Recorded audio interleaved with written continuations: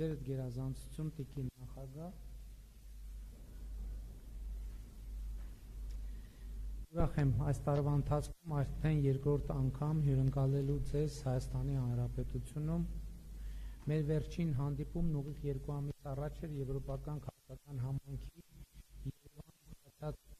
գագաթաժողովի եւ Հայաստան Եվրոպական միություն անդրանիկ գագաթաժողովի շրջանակներում, որի արդյունքում ձեռք բերվեցին մեր երկկողմ քաղաքական օրակարգի համար կարևոր պայմանավորվածություններ։ Մեր գործընկերության հիմքում ունենալով համապարփակ եւ ընդլայնված գործընկերության համաձայնագիրը եւ Հայաստան Եվրոպական միություն գործընկերության ռազմավարական օրակարգ փաստաթուղթը, մենք կիսում ենք միևնույն հիմնարար արժեքներն ու սկզբունքները՝ ժողովրդավարությունը, իրավունքի գերակայությունը, մարդու իրավունքների պաշտպանությունը։ Այս համատեքստում հունիսի 7-ին Հայաստանում բացած խորհրդարանական ընտրությունների միջոցով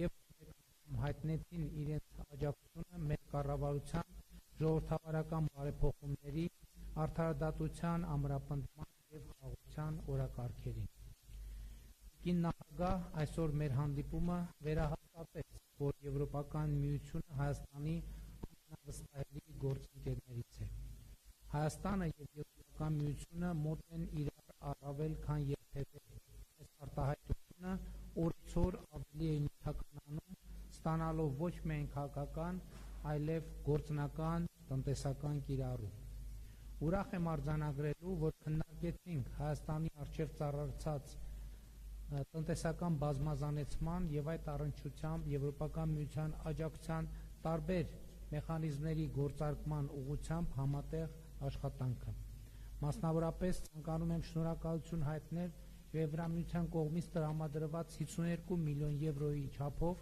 բյուջետային աջակցության համար, լիահույս լինելով, որ առևտրի դիվերսիֆիկացման եւ արտահանումների խթանման ուղղությամբ Եվրամիության աջակցությունը կլինի շարունակական։ Շնորհակալություն եմ ցանկանում հայտնել նաեւ Եվրոպական հանձնաժողովի կողմից Եվրամիության անդամ երկրներին հայկական ապրանքների նկատմամբ ինքնավար առևտրային միջոցներ կիրառելու մասին նախագիծ ներկայացնելու համար, արդեն մեր հանդիպման ժամանակ տիկին նախագահ այդ մասին հայտնեց, համոզված եմ նաև իր խոսքում այդ մասին կխոսի։ Այս որոշումն ամբողջությամբ ուժի մեջ մտնելու պահից Հայաստանը կդառնա Եվրամիության անդամության տեխնատուի կամ Եվրամիության հետ ազատ առևտրի համաձայնագիր ունեցող առաջին երկիրը, որի նկատմամբ վերջին շրջանում Եվրոպական միությունը կիրառի այս գործիքը։ Լիահույս եմ, որ ԵՄ եւ ԵՄ անդամ պետությունների մյուս կառույցների գործընկերների հետ ակտիվ աշխատանքի միջոցով կկարողանանք կարճ ժամկետներում ավարտել որոշման ընդունման գործընթացը։ Հույս ունենք նաեւ, որ այն հնարավոր կլինի ընդունել հնարավորինս սեղմ ժամկետներում, հաշվի առնելով, որ բերքահավաքի շրջանը Հայաստանում արդեն իսկ մեկնարկել է։ Հարգելի գործընկերներ, վերջին ամիսների ընթացքում մեզ հաջողվել է առաջընթաց արձանագրել Հայաստան Եվրոպական միություն գործընկերության օրակարգի մեկ այլ կարևորագույն ուղղություններից մեկում կապակցվածության ոլորտում։ Դրա վառ ապացույցը Հայաստան Եվրոպական միության գագաթաժողովի շրջանակներում Հայաստան Եվրոպական միություն կապակցվածության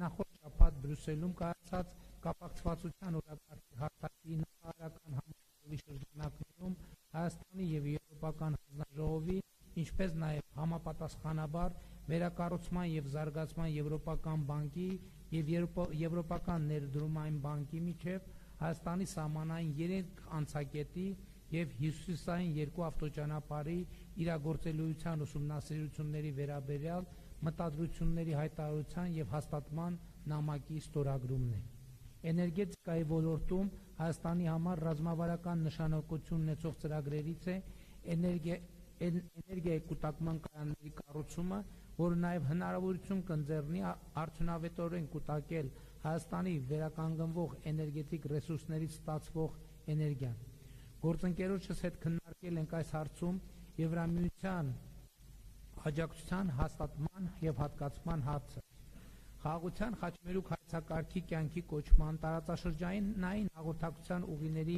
ներառական ապաշրջապակման համատեքստում տրանսպորտային կապակցվածության խթանմանը զուգահեռ կարևորում եմ նաև էներգետիկ կապակցվածության ընդլայնումը, այդ թվում հարևան Թուրքիայի եւ Ադրբեջանի հետ էլեկտրահաղորդման գծերի եւ կապակցիչների կառուցումը, ինչը կարող է նպաստել ինչպես էներգետիկ անվտանգությանը, այնպես էլ կանաչ անցմանը։ Հայաստանը շահագրգռված է Եվրոպական միության հետ առավել սերտ համագործակցել նաև թվային, մասնավորապես արհեստական բանականության, բարձր տեխնոլոգիաների եւ նորարարության ոլորտներում, միաժամանակ ձևավորելով այնպիսի միջավայր, որը կնպաստի Եվրոպական միության մասնավոր ներդրումների աճին։ Այս առնչությամբ կարևորում եմ նաև Հայաստանի մասնակցությունը Սևծովյան ստորջրյա էլեկտրաէներգետիկ եւ թվային մալուխի ծրագրերին։ Մեծարգո տիկին նախագահ, սիրելի Ուրսուլա, թույլ տվեք ևս մեկ անգամ ձեզ հայտնել երախտագիտությունս սերտ գործընկերության եւ Հայաստանի ժողովրդավարական ինստիտուտների եւ տնտեսական դիմակայունության ամրապնդման ուղղությամբ ցուցաբերվող շարունակական աջակցության համար, ի բարօրություն մեր ժողովուրդների եւ ի նպաստ Հայաստանի Հանրապետություն Եվրոպական միություն գործընկերության հետագա խորացման։ Շնորհակալ եմ։ Thank you very much, Prime Minister dear Nicole. It's great to be back in Yerevan so soon. Indeed, first of all, I want to congratulate you for your electoral victory. These elections have shown once again the strength of Armenia's democracy, the spirit of a velvet revolution which you led in 2018 is alive and well. Armenia is carrying on the path of democracy, reform, peace, and of a closer partnership with Europe. And I'm here to tell you, you can count on us. While Armenia is coming closer to the European Union, the South Caucasus is coming closer together. The initialing of the peace agreement last year was a history-making moment. The most consequential step this region has taken in decades. The same goes for the continued normalization of relations with Turkey. These decisions required political courage and leadership, and I know their rewards will be immense. Opening borders will transform Armenia's economic future. It will anchor Armenia in the heart of one of the world's most strategic crossroads. And we will stand by you to turn this vision into reality. This is why I announced a new 200 million euros global gateway package for peace through connectivity. With our financial partners, we aim to mobilize up to 2 billion euros for strategic transport, for energy and digital projects all across the South Caucasus. In Armenia, it could support projects currently under preparation, for example, including border crossing points and road infrastructure. So we are building real physical infrastructure for peace. And at the same time, we're building bridges between people. Therefore, I also announced a 20 million euro peace fostering program. It is aimed at communities that live along the borders. We want to support the local economy, the small businesses, the micro businesses, or for example, new farming techniques, water management, etc. We want to improve everyday lives. And we want to create new opportunities for dialogue between the communities. Our package will help people experience the tangible benefits of peace, so that peace takes root in the hearts and in the minds of this generation and the next. Turning now to the situation in your country, I know Armenia is still facing significant economic pressure from Russia. Nothing short of economic coercion, actually. But rest assured, when pressure mounts on our partners, the European Union steps up, and I have some announcements here too. First, you will soon receive an additional 18 million euros to help strengthen and diversify your trade. The funding can, for example, help establish an export promotion agency and boost the export capacity of Armenian businesses. These 18 million euro are the final part of the 52 million euro support package we discussed in our phone call early June. Second, we're going a step further. We are presenting a proposal for so-called autonomous trade measures. That means these autonomous trade measures will liberalize almost 80% of Armenian exports to the European Union. With this means 80% of your trade with us will now be tariff-free. And with this, we can reroute products that currently still rely heavily on the Russian market and send them to the European Union single market of 450 million consumers. So this measure will open the European doors for almost 99% of Armenia's fresh fruits, vegetables, and plants that used to be exported to Russia. And it will open the door for more than 90% of your exports of beverages and spirits, open the door to the European Union single market. In fact, over the past month, we have seen more and more Armenian flowers arriving at our market, and I think this is a beautiful symbol of a new chapter in our economic partnership. And this is only the beginning. With these new measures in place, you will have the means to diversify and to diversify fast. In mid-July, we will deploy experts to Armenia to work directly with your producers and your businesses and your exporters and help them seize all the opportunities that a privileged partnership with the European Union can offer. Prime Minister dear Nikol, on the 7th of June, the people of Armenia spoke clearly. They chose democracy, the rule of law.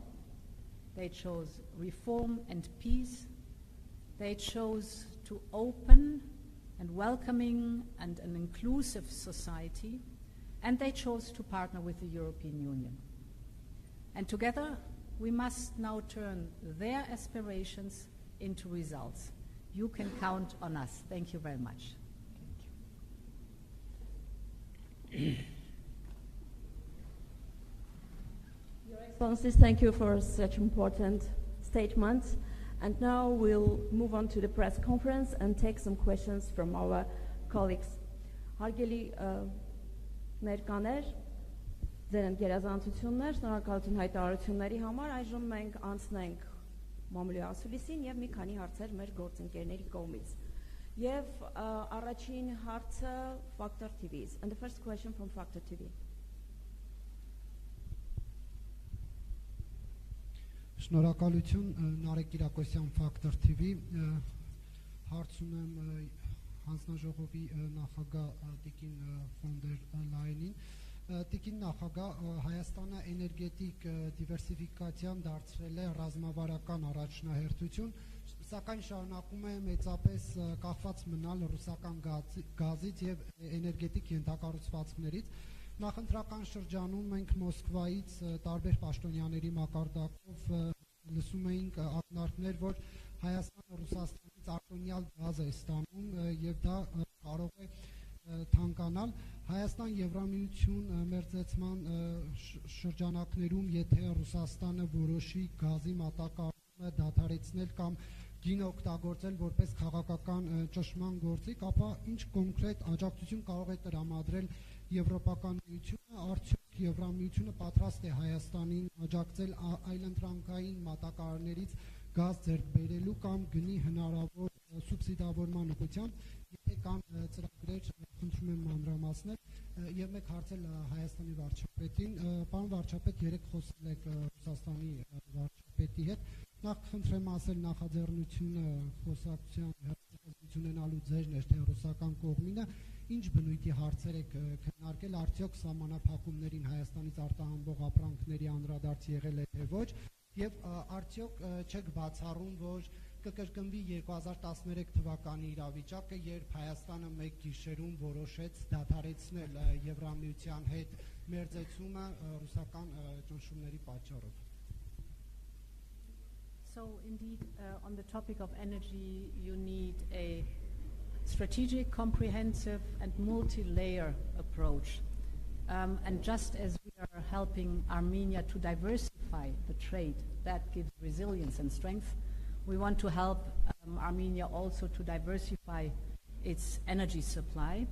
This is the reason why next week a group of experts from the European Union will come to Armenia. We have a lot of experience with these situations. We had it with Ukraine, we had it with Moldova, so we have a lot of experience. We had it actually as European Union too, these elements and these situations. We have a lot of experience how to diversify the supply of energy to a certain country.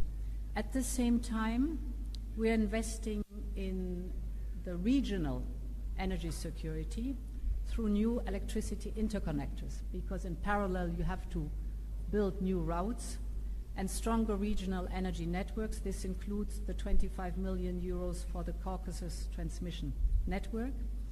And we are supporting Armenia's remarkable expansion of renewable energy.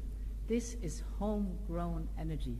So it's your energy. You produce it here in Armenia, and therefore it gives you independence and energy security and stronger resilience. So with different approaches, we're there to support you in a situation, potential situation, that we know very well. Շնորհակալ եմ հարցի համար, նախ անդրադառնամ այն թեմային, թե բացառում եմ արդյոք այն իրավիճակը 2013 թվականի, երբ Հայաստանը մի գիշերում, թե երկու գիշերում հրաժարվեց Եվրոպական միության հետ ասոցիացման համաձայնագիր ստորագրելու արդեն պայմանավորված գործընթացից եւ որոշում կայացրեց Եվրասիական տնտեսական միության կամ մաքսային միության ուղղությամբ գնալ, հարցին պատասխանեմ կարճ եւ կոնկրետ, այո, բացառում եմ, դա հնարավոր չի, առավել եւս հիմա, երբ Հայաստանի Հանրապետության ժողովուրդը հստակ աջակցություն է հայտնել այն քաղաքականություններին, որ վարում է Հայաստանի Հանրապետությունը եւ մասնավորապես բալանսավորված եւ բալանսավորման արտաքին քաղաքականությանը։ Մյուս կողմից մենք ինչպես հայտարարել ենք, մենք խնդիր երբեք չենք դրել, չունենք եւ չենք դնի ճգնաժամ ստեղծել Հայաստանի Հանրապետության եւ Ռուսաստանի Դաշնության հարաբերություններում։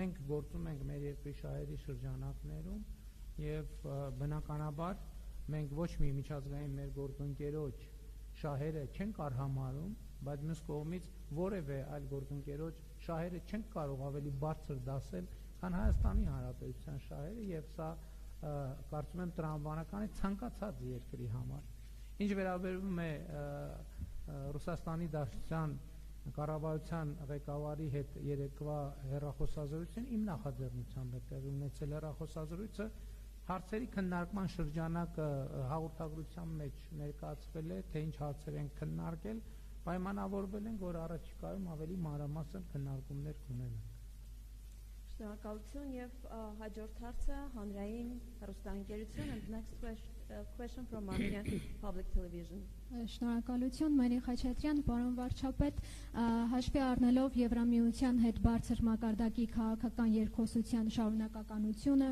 ռազմավարական գործընկերության մասին վերջերս ստորագրված փաստաթուղթը, ինչպես եք տեսնում Հայաստանի հետ Եվրամիության հարաբերությունների խորացումը եւ արդյոք այն չի վնասում Հայաստանի բալանսավորված եւ բալանսավորման քաղաքականությանը։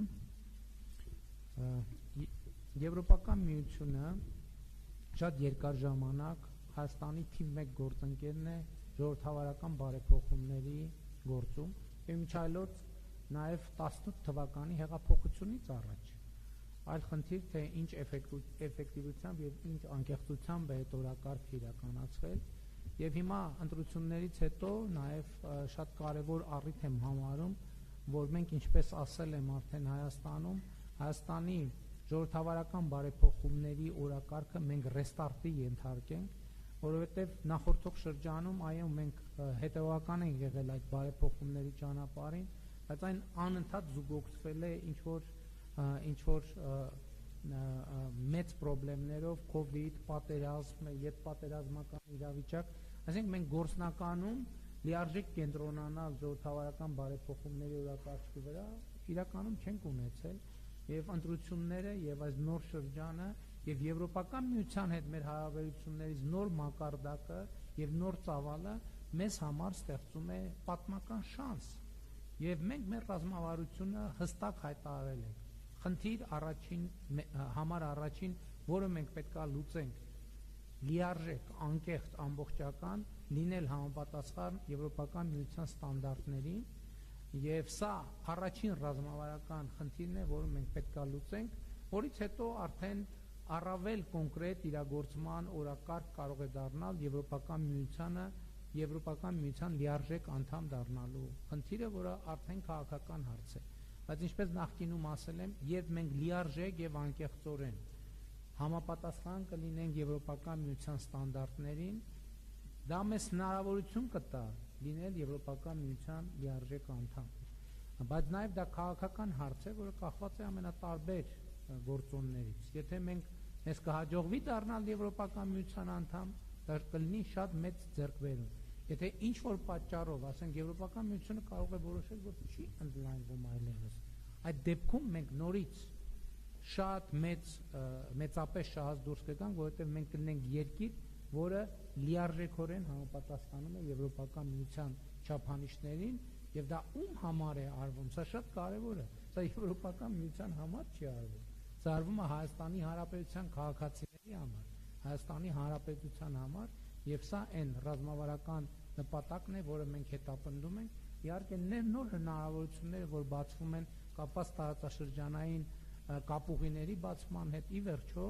ես նախընտրական շրջանում առիթ ունեցել եմ բազմիցս ասելու, որ Հայաստանի Հանրապետությունը կոնֆլիկտի փակուղուց վերահացվում խաղաղության խաչմերուկի եւ սա պատմական իրադարձություն է եւ մենք շնորհակալ ենք Եվրոպական միությանը, որ մեր այս ջանքերում հետեւողական եւ ամբողջական աջակցում է Հայաստանի Հանրապետությանը, Հայաստանի Հանրապետության ժողովրդին եւ իհարկե մենք շատ բարձր ենք գնահատում եւ նույնիսկ հիմա որ հետադարձ նայում ենք աներևակայելի է թե վերջին տարիներին ինչ արագությամբ են զարգացել Հայաստանի Հանրապետության եւ Եվրոպական միության հարաբերությունները եւ որևէ նշան չկա որ զարգացման այդ տեմպերը դանդաղելու են եւ ես դրա համար շատ ուրախ եմ. And now the last question from Shrant TV. Եվ վերջին հարցը Շանթ հեռուստաընկերություն. Հարցը սուղում եմ Եվրահանձնաժողովի նախագահին Տիկին Ուրսուլա ֆոն դեր Լայեն Հայաստանի եւ Եվրոպական միության միջև վիզաների ազատականացման գործընթացը անցել է արդեն տեխնիկական փուլ։ Ինչպես է գնահատում մինչ այժմ գրանցված առաջընթացը եւ ինչ քայլեր են անհրաժեշտ որպեսզի գործընթացը չսահմանափակվի միայն բարեփոխումների իրականացմամբ, այլ հանգեցնի Հայաստանի քաղաքացիների համար տեսանելի արդյունքի եւ սկսի գործել առանց վիզայի ռեժիմ։ Եվ խնդրեմ, եթե հնարավոր է նշեք իրատեսական ժամկետներ։ Շնորհակալություն։ Thank you very much. First of all, I want to say that Armenia is the only partner country currently engaged in an active visa liberalization dialogue with the European Union. That shows already the stepping up of our partnership.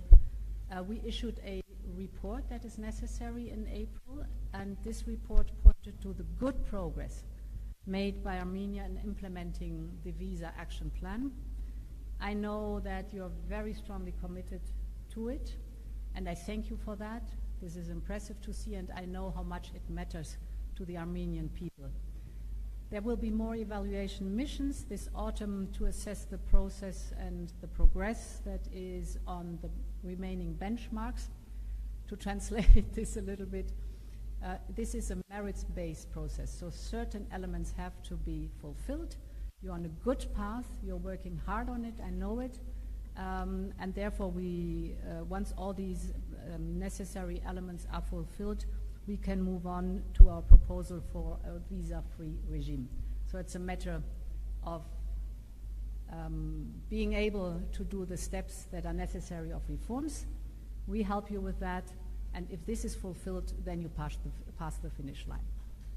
Ես նախընտրական շրջանում ես հայտարարել եմ, որ մենք խնդիր ունենք 2 տարվա ընթացքում, այսինքն 2026-ը արդեն կեսն անցել ենք, 2029 թվականի դրությամբ ունենա վիզաների ազատականացման իրադրություն, իհարկե ես համաձայն եմ Տիկին նախագահի հետ, շատ բան մեզնից է կախված եւ հարցերը շատ դեպքերում ոչ թե Եվրոպական միությանը պետքա տանք, այլ ինքներս մեզ տանք, թե ինչքանով ենք պատրաստ եւ ինչ որակով մենք բարեփոխումների օրակարգը կիրականացնենք։ Մի բան ակնհայտ է, որ Հայաստանի ժողովուրդը սպասում է այդ որոշմանը եւ այդ թվում այդ որոշման օգտին է քվեարկել ընտրություններում եւ իհարկե մենք այս հնարավորությունը չենք կարող բաց թողնել։ Հույս ունեմ, որ մենք բավականաչափ արագ եւ էֆեկտիվ կգործենք այդ խնդիրը ճշգրիտ ժամկետներում լուծելու համար։ Thank you once again, Your Excellencies. Շնորհակալություն, այսքանով ես հապակեմ։